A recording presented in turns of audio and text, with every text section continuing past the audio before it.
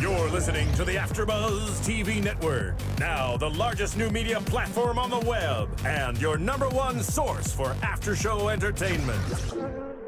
Very good, Keith Johnson. From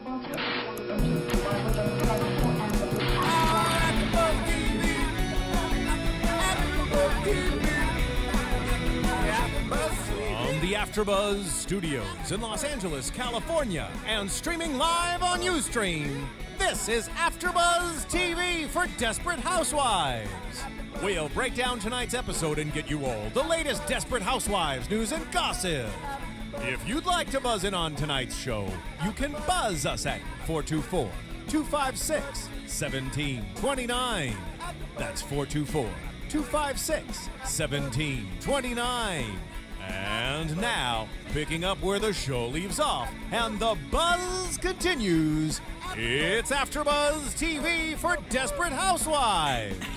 Yes, it is AFTERBUZZ TV, Desperate Housewives, Season 8, the final season, and we are at Episode 12. Hi, everybody. How you doing? I'm Derrick Shore, along with the foxy Roxy Striar. Hello. I like that new Foxy Roxy that you're giving me. You know, Foxy Roxy, I don't know why I haven't been calling you that all along, because it seems like such an obvious name for you. My friends from home call me that. Really? Yeah, so it feels like home. Well, I feel like I invented it, because I don't know your friend from home. Nobody's ever called me that before. Foxy Roxy? Exactly. I'm the first one. We also have Phil Svitek in the booth. Hey, Phil, how you doing? I'm doing well. Awesome. Well, I'm excited to talk about this week's episode of Housewives. And what I'm most excited about is the fact that we had 2 consecutive episodes. They were on the air last week, and then we had them on the air this week. And that's a breakthrough. That's kind of a breakthrough for Housewives on ABC because they seem to take these long hiatuses. breaks. Yep. So it's good to be back. So Susan and Gaby, it's this episode starts out and we see that in last week's episode, Susan has traveled all the way to Oklahoma to meet this family. Is that where it was? Oklahoma? Oklahoma, yeah. To set her mind at ease because she needs to make amends with this family and feel better about what's happened with the burying of this guy in the woods.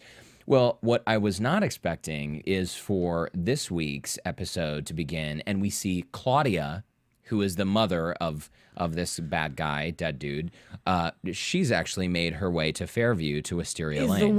The wife of this bad guy, dead dude. The wife. What did I say, mother? Mother, but it was close. I knew what you meant. Everyone out there, I hope you know what I mean. By the way, thank you guys. I know we got fact-checked the other time, right, Roxy? And you responded. So Yeah. thank you guys for if we mess up something. I love seeing that, you know what I I mean? love that too. I went and I was looking at our YouTube and somebody, I don't even remember what it was, but we got completely shown up on something. Oh, wow. But you know what? That happens. It was about Felicia, who's dead, died in a car accident, has been gone. She's gone. Oh, is that what happened? Oh, yeah, because you mentioned her and I didn't. So we were like, what the hell happened to her? She's dead. She Honestly, died. I've been a fan of Housewives, Desperate Housewives, since season 1, and the storylines on this show are so interwoven together. I mean, intense. They're so intense. They change on a dime. These characters pull a 180 without any notice. So yeah, I don't know. I give you the Felicia. That's fine. The whole good thing about it though is that I was actually looking on YouTube and I saw that, and now we know, so we won't make the same mistake again. So if you want to correct us sooner, call in. Exactly. And you know, folks, we're only human. We're live right now, unless you're listening to this on iTunes. And also, we're not really dealing with a full deck of cards tonight because I have some eyelash in my left contact lens. And also, I don't know how this happened, but we have no water here in the studio. I'm so parched. In fact, Roxy, could you hold up that lovely thing that you drew as sort of a subtle hint. Here, Agua. Hold it nice and still so we can get a you get good this? close-up. All right, we'll get you water. Can you see that? Agua. And while we're sort of off topic, but not off topic, for the benefit of these guys literally watch the episode, rush in here studio, forget their waters, and then recap the show. No, but you know what I mean? Oh, so save it. It is not in my contract that I bring my own water to the set. We're not getting paid enough to bring our own water. Amen to that. I can't afford water. If I could afford to buy water, I would buy water.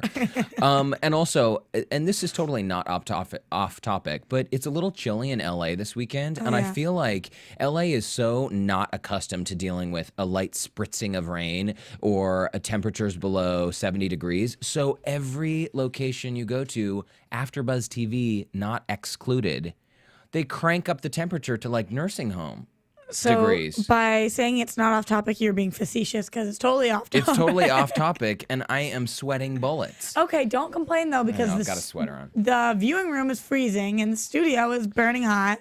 I know. We're a mess. But back to Susan and Gaby.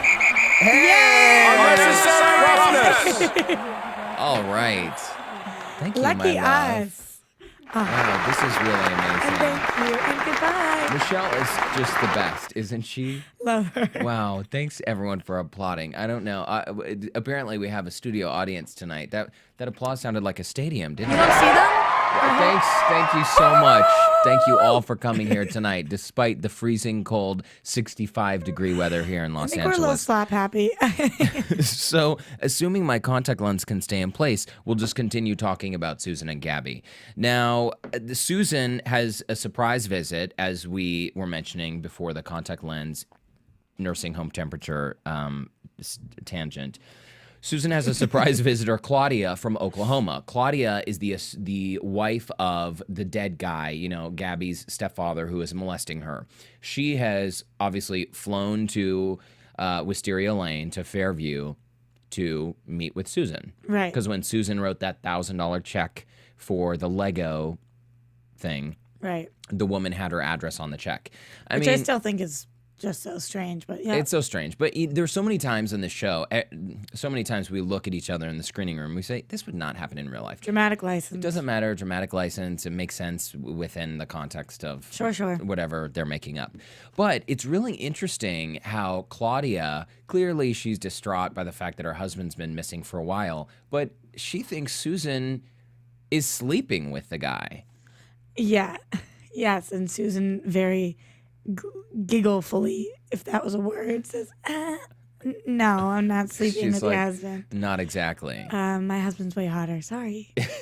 So Claudia disappears, and I'm thinking, oh, really? She's just going to fly back to Oklahoma, and she was Right. here for 3 seconds. But it turns out that the next day, when everyone wakes up on Wisteria Lane, they see Susan's face plastered all over the neighborhood, and it's essentially a picture of her missing husband, Claudia's missing husband, and it says, have you seen this man? That whore Susan Delfino has, which I think is pretty awesome. I thought that it was mean. Oh, you thought it was mean? I thought it was mean because she had no evidence that Susan was sleeping with her husband. Okay, I have a real life story to share, Okay. and there was evidence in this case. Okay, so you all know my sweet mother, Mormon. I was raised in Salt Lake. Right. My sweet father, who I haven't seen in like 13 years, was actually not so sweet and kind of a fadouche. And fadouche. he was having an affair with the woman who lived next door to our Mormon church. So every Sunday morning, when my mom, my sisters, and I would walk to church. And she was also Mormon. The woman. And the woman was also Mormon, Right. right? She was like on Mormon church welfare or whatever. We would walk to church and see my dad's truck parked in her driveway because he would have stayed there the night before. What a fadouche. What a fadouche. Okay, so one day we're all at the ice skating rink, ice skating around. My mom, my sisters, and I were all ice skating. And in walks my dad with his like mistress girlfriend. And my mom's still married, the whole thing. So what does my mom do? I hope something awesome. It was so awesome. My mom is a rock star. I love her for this. She, from the ice, we're ice skating on the ice rink, crowded, whatever, big arena, stands. Their, ex or current husband, my father, is up there with his mistress. My mom stops and starts yelling, whore, whore, whore, like yelling at the top of her lungs and pointing at this woman in the stands. Oh my God. It was amazing. That is incredible. It was amazing. So tonight, while watching Desperate Housewives, I was thinking, you know what, Claudia? You come off as kind of an angry bitch, but I think you have license to do that in this case. I would say yes if there was more proof. Evidence. Yeah. Oh my God, would I have minded if Susan was actually sleeping with her husband? Do whatever the hell you want. But you know what? Even though there wasn't evidence, I still put myself in her shoes and I think, wait, my husband's been missing for months. I have no idea what's happening. This strange woman pops up in my house one day, pays $1,000 for Legos, writes me a check, leaves her address on it, and tells my daughter that my husband's never coming back. I mean, from Your Claudia's brain perspective, would jump to, oh, he's cheating on me? well, because that's the first shred of evidence Claudia has had about where her husband's whereabouts are, you know? I mean, of course, I think she was fair to jump to conclusions and figure that Susan must be sleeping with him. The conclusion I would jump to is he's dead. She knows that he's dead. That would be the first thing I thought of. If he's never coming back, why would the mistress go to the house? I don't know, because sometimes mistresses do crazy things. Whore. Isn't that the best story ever? Gosh, I wish my mom was still awake. She could call in and tell us all about. So anyway, but this storyline does come full circle because Claudia ends up realizing a few things after letting her anger simmer down. But let's come back to that later because that really happened at the end of the episode. So for all of you who watched the episode, we don't want to blow the cover too early on. I think if anybody's listening to us now, they watched the episode. No, not necessarily. You could be driving to work, having downloaded your AfterBuzz podcast, and That's true. haven't seen the episode. Maybe we're a little more entertaining. Okay, so let's come back to this then, and let's talk a little bit about Bree. Speaking of whores, more whores, because Bree is sort of pegged as the neighborhood whore. I love all of these words that sort of pop up in primetime television. And speaking of Bree, by the way, Roxy, you seem to have a bit of A Bree moment. yeah. What's your Bree moment? Because Bree seems to be sleeping with all these boys indiscriminately, and I don't know. I mean, you don't have experience with that. So, like Bree, who at the beginning of the show tries to cover things up, Yeah. I as well may be covering some things up What might you? under a scarf of mine. Like That purple scarf you're wearing right now? like this one, like glitter on my neck or something, covering it up from a boy's mouth the night before. I am not following you. Okay, Boy's I mouth. have hickeys. Okay, Oh, okay, hickeys. sue me. I thought They're hickeys. all over the place. Hickeys have not been fashionable since the 80s, I Foxy feel like Roxy. I feel like a 13-year-old girl. Like, and it's like you're young and you don't really know what it means and you suck on somebody's neck and it's like, oh, that leaves a mark. I think that's awesome. Good for you. But of course, I the feel next so question is, does this boy also have hickeys? No, I'm way more respectful On than his that. neck. Oh, gosh. Oh gosh, okay. Our systems detect that a host has wandered off the subject. Wow. Please return at once. Okay, well, whatever. Okay, you know, I take respect offense at that. Bree for what she's doing, and that's on topic because That's totally on topic. women are allowed to be just as happy and sexually satisfied as men are, and I will stand by that. You are absolutely correct. Yes. You are you are absolutely correct. Did God just intervene and ahem us? That was sort of this voice of God. You're right. I mean, Bree really symbolizes sexual liberation in this And episode. women's rights. And You women's go, rights. Bree. And how funny that it's Bree, the woman who has always been so straight-laced, so perfect. I mean, Bree, honestly, I'm kind of dressed tonight like Bree would be dressed. A little sweater wrapped around the neck, a little too, like, pramped. Yeah. So, You look good. oh, I'm thanks, into it. sweetheart. You look good too in that neck. Thanks. I mean, that scarf covering up your neck. Freudian slip. I don't know. So Bree is definitely sort of sowing her wild oats. Maybe she's just getting this out of her system because it never happened when she was younger. But she is sleeping with a lot of men. And I thought it was really cool the way they cut together that sequence of her kissing the guy, and then she pushes him through the front door and it's a different guy, and then he turns around and walks upstairs and it's a different guy again, and then he throws her on the bed and it's a different guy again, and then he rolls over her and is a different guy again, and it's Cameron Matheson. I had a problem with that montage. Why? They all looked very similar, and I kept turning to you saying, is that a different guy?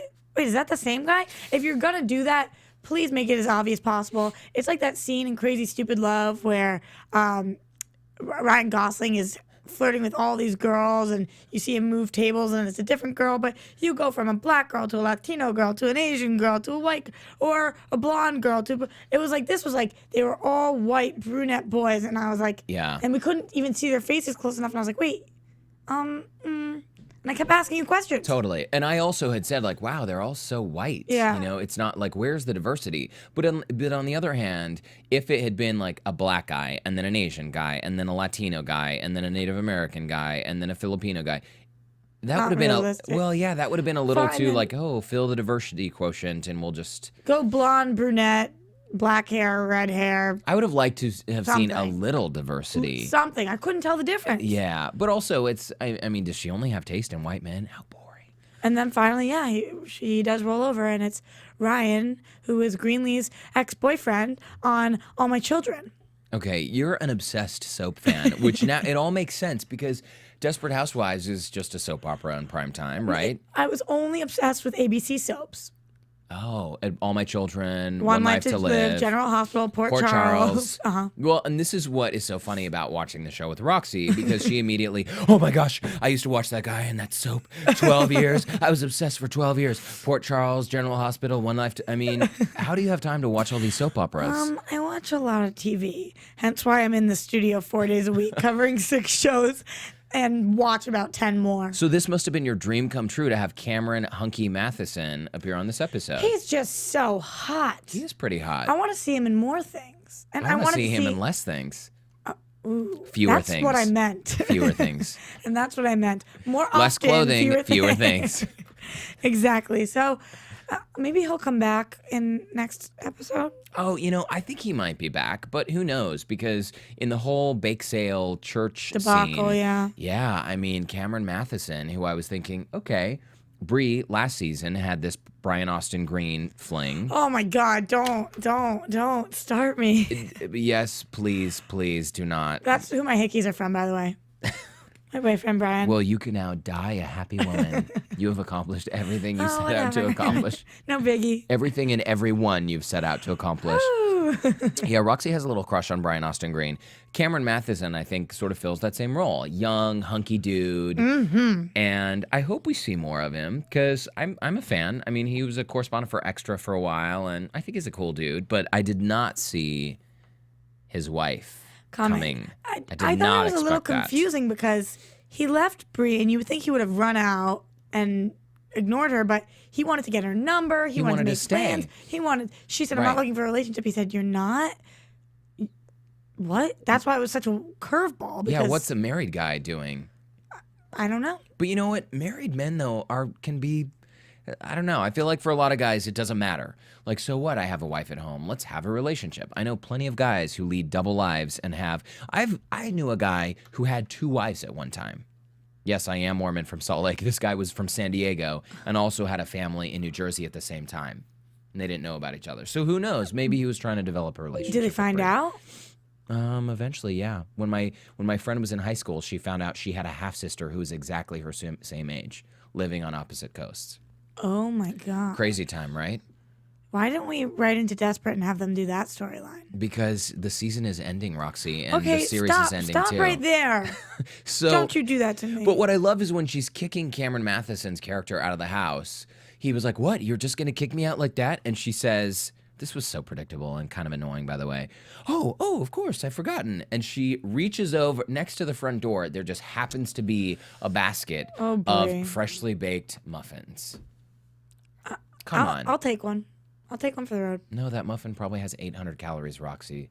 Muffins are not You're healthy. calling me fat? Okay. No, I'm not. I'm just saying muffins are like a myth. They're not healthy. That is true. Anyway. I'd rather a cookie. I like this new side of Bree because, you know, the Bree who wakes up in the morning and who has perfect hair and stumbles outside in her robe and is just, you know. Sultrous. Yeah, I mean, it's kind of fun to see these characters change up, except when Eva Longoria had that one ugly season of Gaby. Remember that? Oh, I didn't like that at all. I didn't like that either. But honestly, the only thing that's bothering me about Bree, and don't get me wrong, I'm quite the drinker myself, but she seems to only be doing these things while she's drunk. And that's not women's rights. You go, girl. You're drunk, and so you're sleeping around. Well, but some would say women's rights. You can, if you want to drink, you should have a drink. If you want 3, you should have 3. If you want to bake a tart and get wasted and go to your bake sale, that's your choice. You know? I would say it's more, if a man can do it, a woman should be able to do it, and I don't think it would be appropriate for a man to do that either. Well, but a man could have like 2 glasses of scotch and smoke a cigar, and he'd be a man. I would just think he'd had bad breath. But some people think that's, like, the Is way to that go. how her minister knew that she was drunk at the bake sale? Because of her breath? Because she wasn't acting that drunk to me. I wasn't sure. Did he know that she was drunk? Yeah, he said, you've clearly been drinking, so get out of here. And I was thinking, Oh, maybe. at that point, she was walking in looking like Bree. Well, by but the way, she's- Bree's sexy when she drinks, so it's not a she good is thing. sexy. I feel like she's been looking really good these past couple episodes, but she comes in perfectly poised with this, what was it, strawberry tart. Yeah. And he immediately knew she was drunk. See, but I thought she looked drunk when she brought that tart in. Clearly the viewers, we all knew that she was drunk because we witnessed her drinking like 3 bottles of wine while she was making the tart. But when she walked in, Bree usually carries herself in a very stiff manner. Everything's so perfect. And Right. she walked in and she really kind of sauntered in and seemed like sauced to me. And I would have liked to see her trip a little bit or drop a piece of the straw. I don't know. It was too. Is she? I don't know. She didn't seem wasted to me. What did you think of? Yeah, she didn't seem wasted to me either. She didn't seem like puking on the floor. She Right. just seemed like comfortably sauced. What did you think about the whole interchange with Cameron Matheson, his wife, when that came up? Because Bree, there was a moment when she was like, "Excuse me, I don't like what you're accusing me of." But then, as these characters often do, she 180. made a 180 and she went with it and kind of agreed with what this woman was saying. The woman said, "You're the whore of the town." Right. And Mrs. McCluskey says, "Don't listen to her, Bree. She doesn't know you." And Bree says, "Actually, I think she does," and walks out. Oh, well, yeah, she had a British accent apparently. Or something. really good imitation. Actually, no. Okay. Actually, I think she does. That sounds exactly like Bree. Roxy, wow. Whatever. Okay. Actually, I think she does. Does that sound more like her? Yes. And then she walks out. I had a problem with some of the writing in this episode. Yeah, you did. A lot of it seemed rushed, and like I get that characters can change, but like they forgot almost the voices of the characters. Does that make sense? It totally makes sense. And I think this is my theory as a diehard fan of this for 8 seasons. It seems like already these storylines move very quickly. I think there might be a little bit of a panic in the writer's room when it comes to crafting these episodes because, for just as an example, Claudia and her daughter, when they come to visit Wisteria Lane and they're spending time with Susan and Gaby, that whole scene, which we were going to talk about later, and it's now later, that whole scene, the girl is reluctant. She's talking to Susan, and Susan saying, "Have you ever told anyone else that you were molested? Have you ever told your mom?" And she says, "Oh, my mom wouldn't believe me."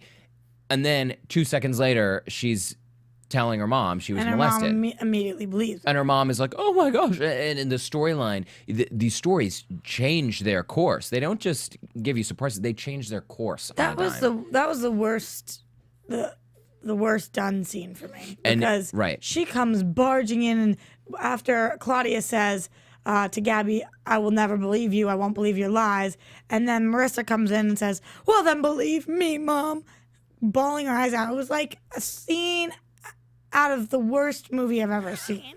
I'm sorry, and I'm such a super fan, but it was so melodramatic and, "Oh, honey. Like, what? That was the least realistic. And I think this girl, I was going to say little girl, but she's probably around my age, to be honest, is Marissa, whoever the actress is. I think she's killing it. I think she's a great actress. So it wasn't that. It was the timing, the writing. I don't know.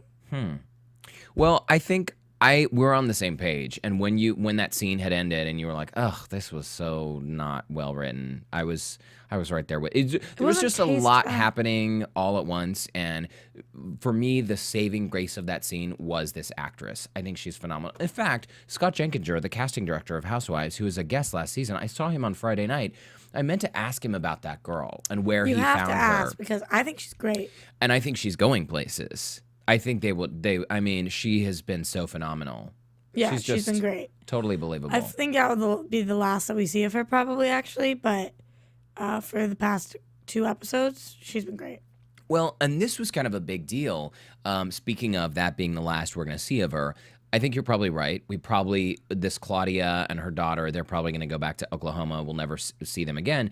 But this was really kind of a monumental moment in this season because ever since Bree was dating Chuck, and then everyone covered up the murder and the accidental murder, and then they went and buried this guy's body in the woods. That whole storyline has really been going on for a while. Then Chuck becomes suspicious. He's harassing Bree and the women on the lane and questioning them, and then he dies. Totally. It's been going on and on and on. And I felt like the moment in tonight's episode where Claudia looked at Gaby and focus was over on that red spot in the rug. And she said, "You said that stain was wine, right?"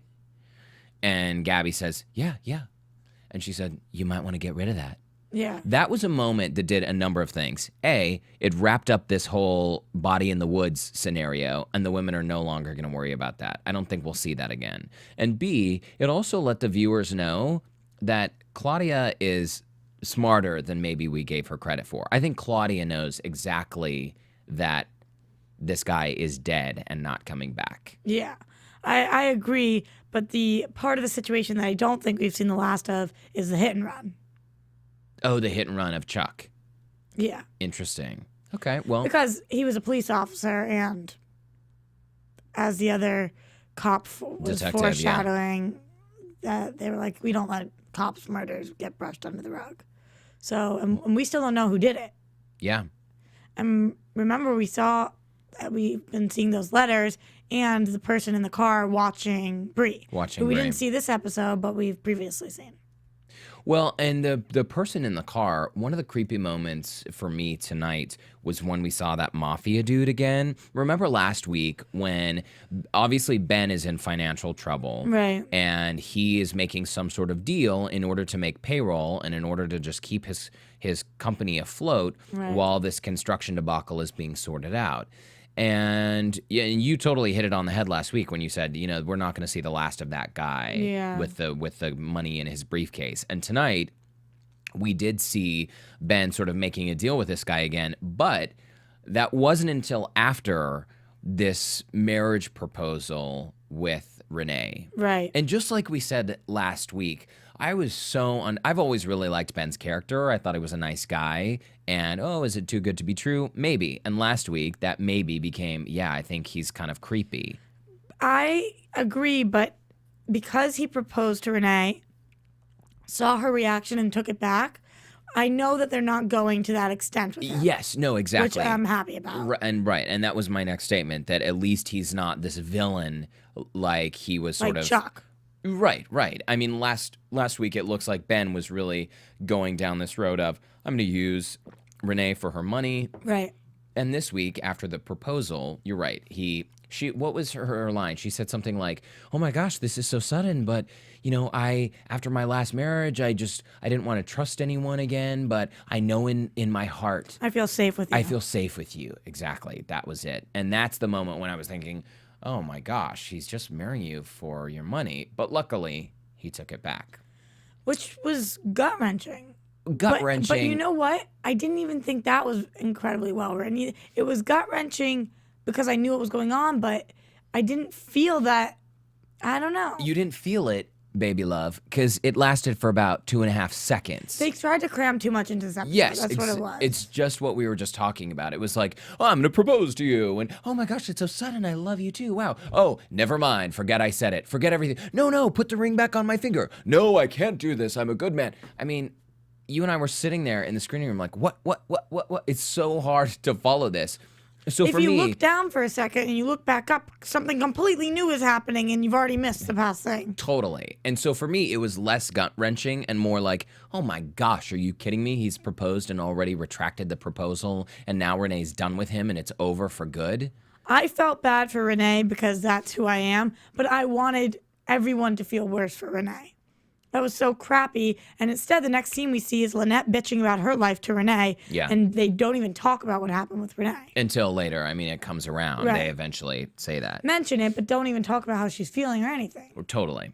Well, and she needs, maybe it's more airtime that she needs. Maybe it's, I don't know Vanessa Williams' character is, we've talked in the past about how I felt like she was a bit of a substitute for Nicolette Sheridan's character. Like, okay, another woman on the lane who wants to date all these. Yeah, exactly. But I feel like the last few episodes, we've seen her really become more dynamic. And what I love is that this episode, she really kind of bitch slapped Lynette and put her in her place.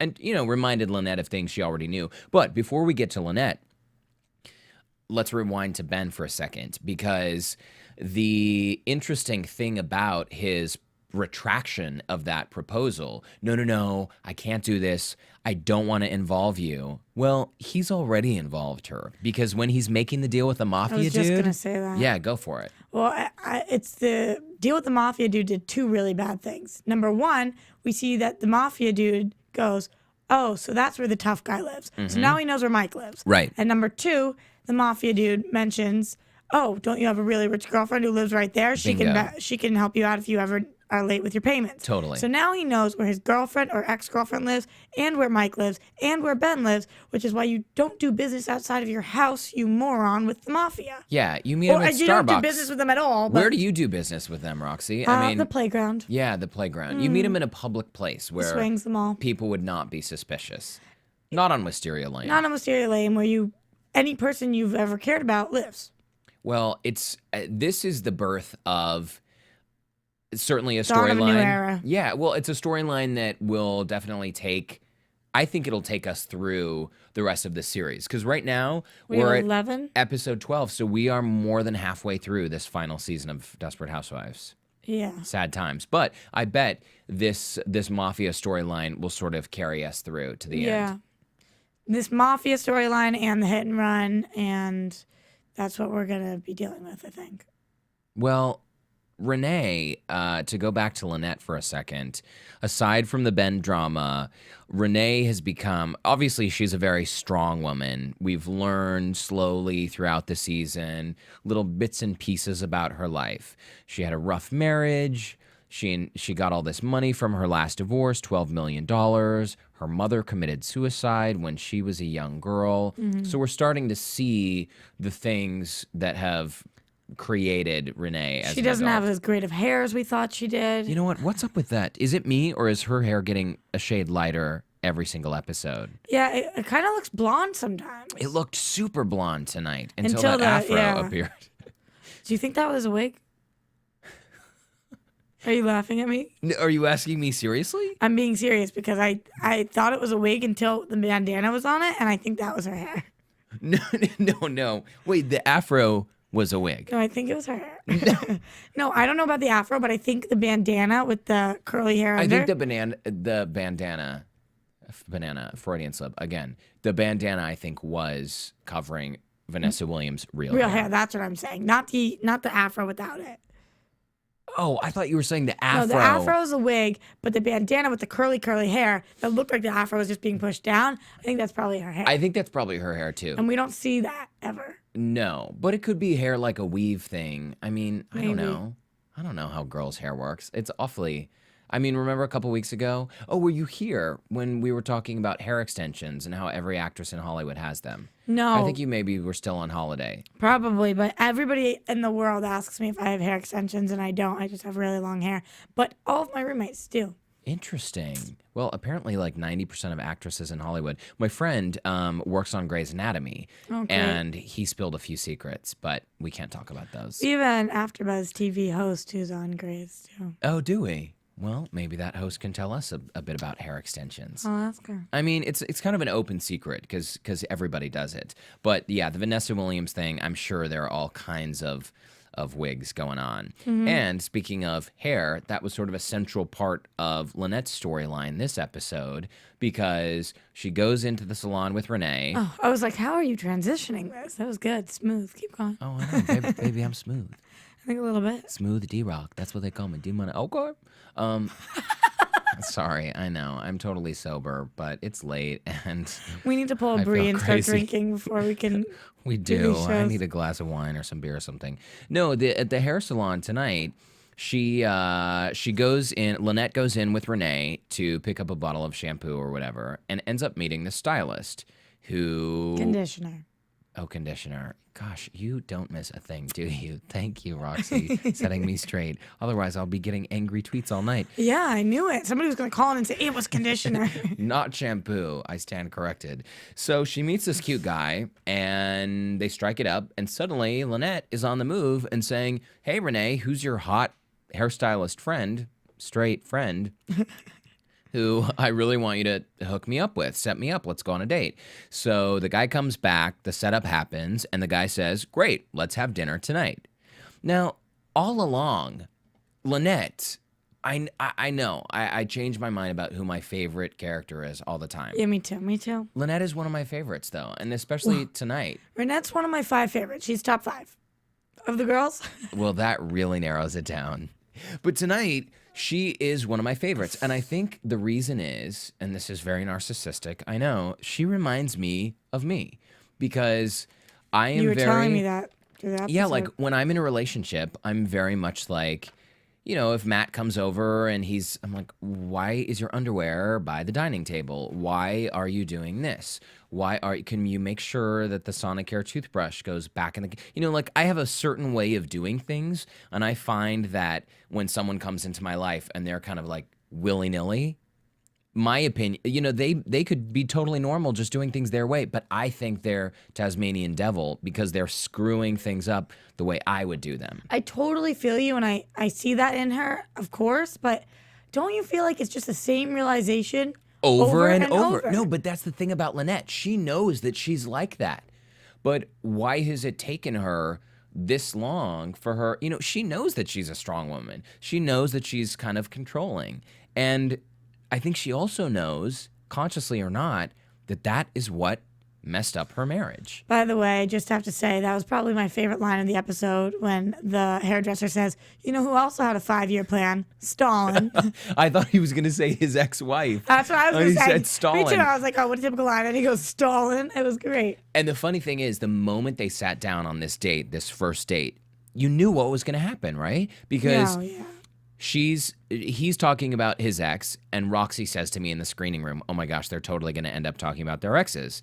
And that was true, but more so, they were talking about, they sort of reenacted what Their relationship. exactly what was wrong with Lynette and Tom. And what was probably wrong with him and his wife. and his wife, yes. And Lynette, every time he says something, Lynette goes, Although which is just, we've heard her say that a million times. And anytime she says that, it's like, hold on, please stop. Think about what you're going to say. No, don't worry that. Oh, God. Every I know, time. and for such a smart, put-together woman, I know. She was a train wreck tonight. But I love these lines. I wrote them down.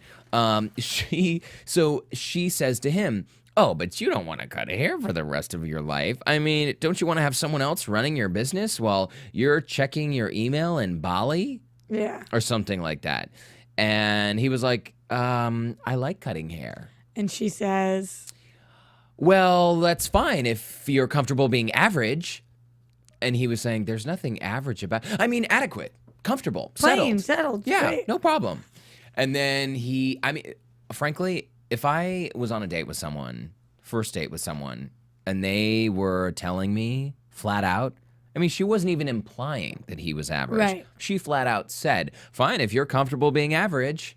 If someone did that to me on a date, I would peace out. Yeah. I definitely. would. Life is too short. Honestly, say what you think, get up and leave. So I thought the guy was kind of nice for sticking around. Lynette was impossible.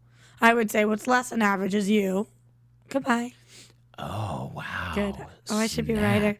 You should be a writer. That's perfect. But what I wasn't expecting, so in true soap opera fashion, they jump around from story to story. Right. They cut away from that scene, And I was not expecting them to come back to that scene and have Lynette and the guy still seated at the table. And at that point, she was saying, so your 5-year plan, blah, blah, blah, your business could look like this. Yeah, it just kept getting worse and worse. Yeah, and I was thinking, Lynette, what are you doing? But I don't understand because I think we got the point, and I think this episode, what we needed more of was time. Time to see Renee, time to see Bree, different situations I felt like needed more time. And Lynette keeps getting these scenes that I feel like, I get it.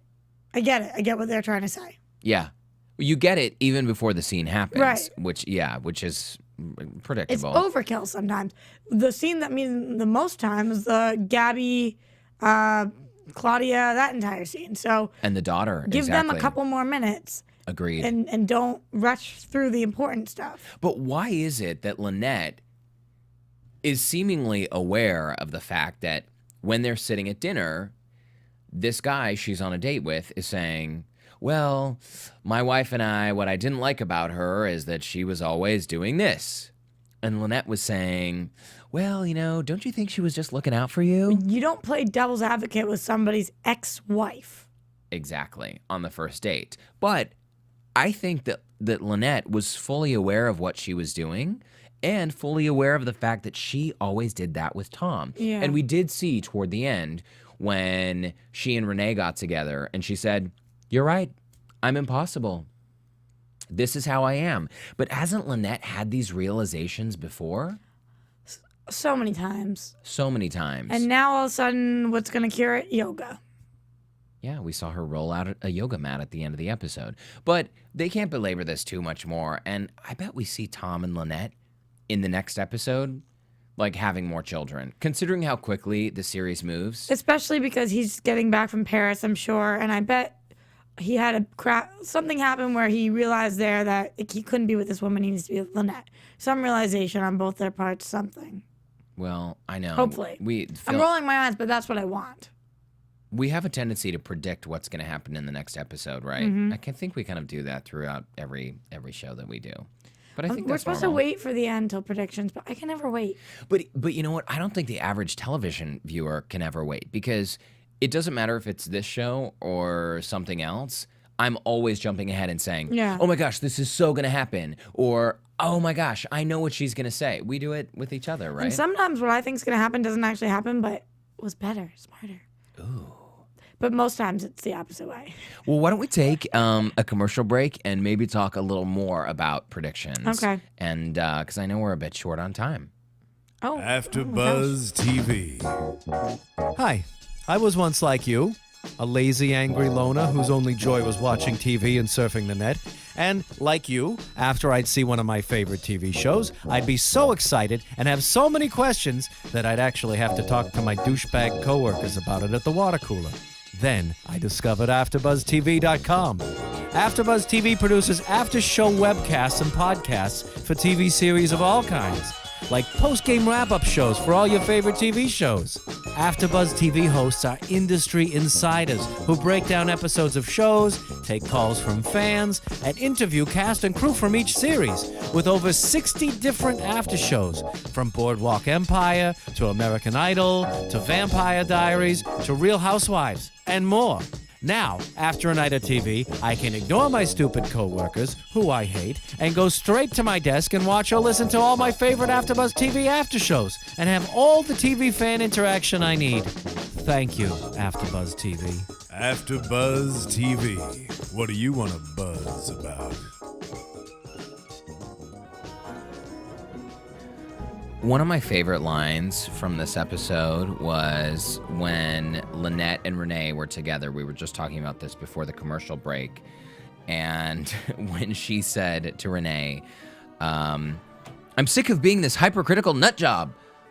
After Renee has said, am I spitting a lot tonight? After Renee has said, Lynette, you are the most determined person I know. You know, she lets Lynette know gently that she's the most determined person she's ever known, but that she is kind of a hard ass. It has pros and cons. Right.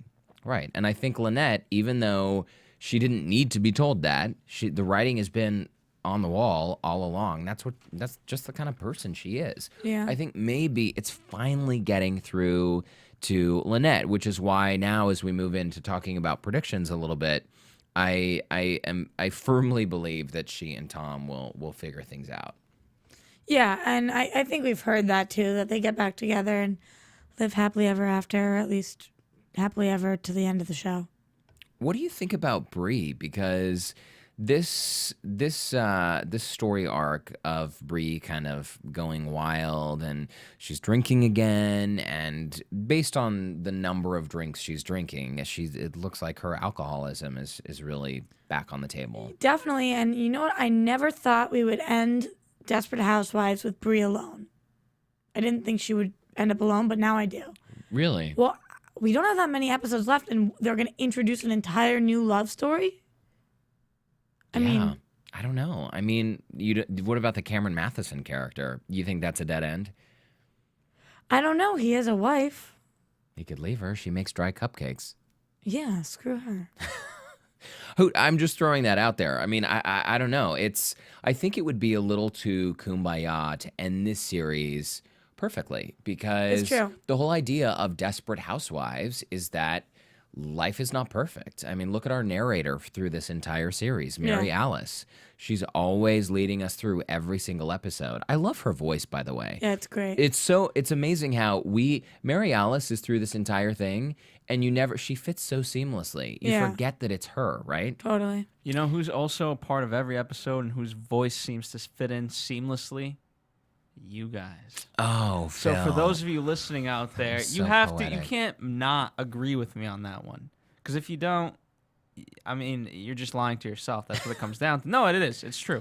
Yeah. And so as you're listening to this, obviously, we don't want to say it, but this is the final season. So let's make it really, really worthwhile. Let's go out with the biggest bang we can.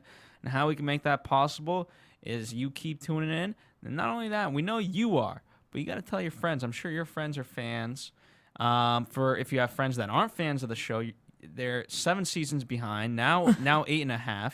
So you know what? You got to tell them, hey, you got to catch up and you got to listen to AfterBuzz TV. It's really great. You want our friendship to work? We got to be on the same level. I want to talk to you about Desperate Housewives the same way I listen to Derrick and Roxy every week. That's genius. Phil, And so you you know Brilliant. what? There you go. Wow, you're repping us. You are. Spread the word. Hell yeah. You can be a little aggressive once in a while. I mean, I think that's okay, right? I think it's okay to reach out and tell your friends when you like something. Yeah, because then you're the cool kid. And Phil, just so our audience has an idea, we tape our show, right? And you can watch it online. You can watch it live as we do it. But a lot of people download this podcast on iTunes. So if you're listening to this podcast Yeah, right go now, figure. People DVRing things. Like, what kind of a world do we live in? It's Like, this is amazing. unheard of. you can leave your cassette tapes at home, people, because you can just download this. So, Phil, though, so for a listener who's listening to us on iTunes right now, they're not alone because they're listening along with other listeners around the world. I mean, people download We've podcasts. gotten a German fan to write in. I think there's been one in the past. He's actually corrected you on another thing. So I love that. Like, I've had- really? Somebody And- tweeted at me from Austria, Germany. We had fans in Greece, Spain.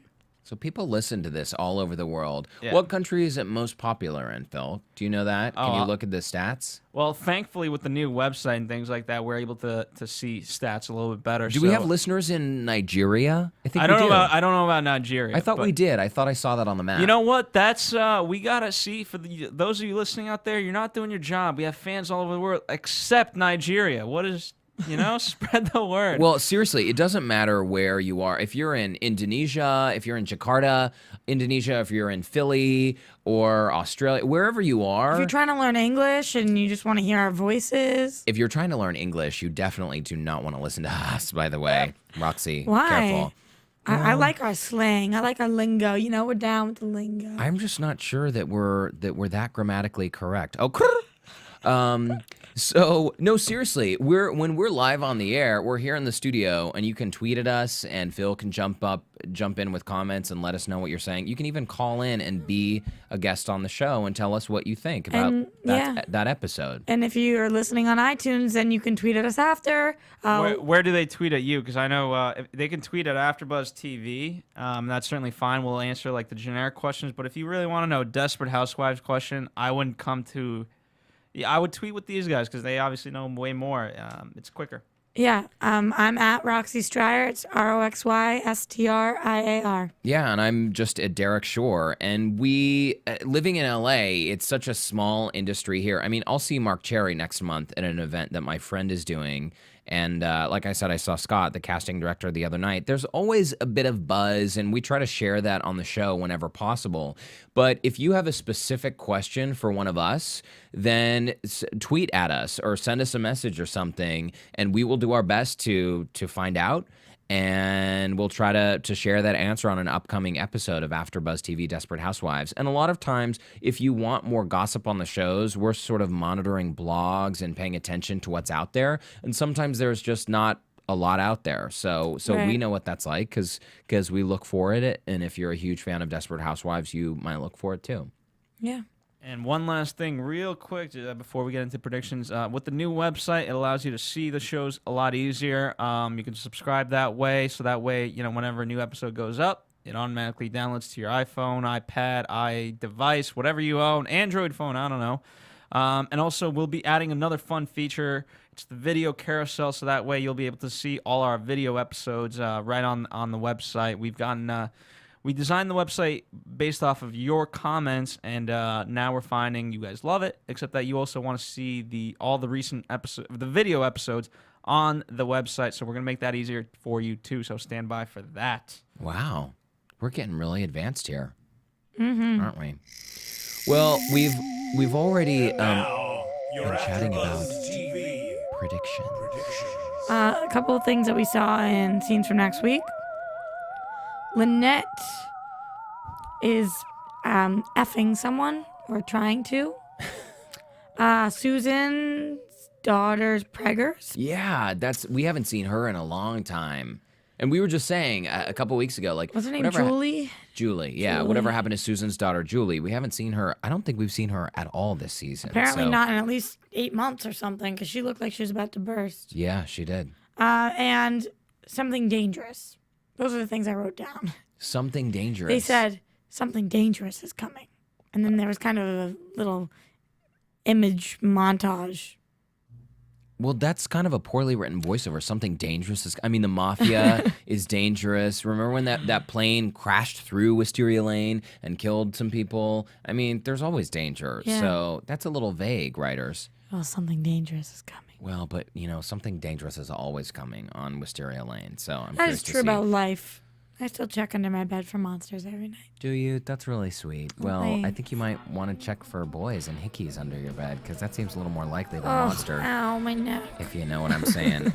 Next week, if you show up, Roxy, and you have more hickeys, I will be Then you can so just proud go- of you. Oh, you're so sweet. Women's so rights. proud of you. Yeah, of course. As long as you're being safe, that's good. Me and Bree, BFF.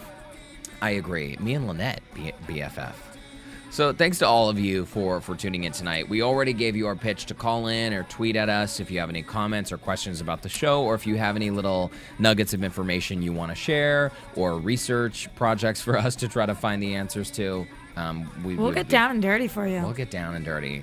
And Roxy's in the studio doing a few other shows. What are your other shows? Oh my gosh, I do Glee, Gossip Girl, Challenge, Real World. Busy girl. Lot Busy of girl. shows. So look for Roxy on Twitter, and you can follow the other shows that she does. And thanks again for tuning in. We really appreciate it. I'm Derrick Shore. We've got Phil in the booth, Foxy Roxy, and we will see all of you, hopefully, next week. Take it easy.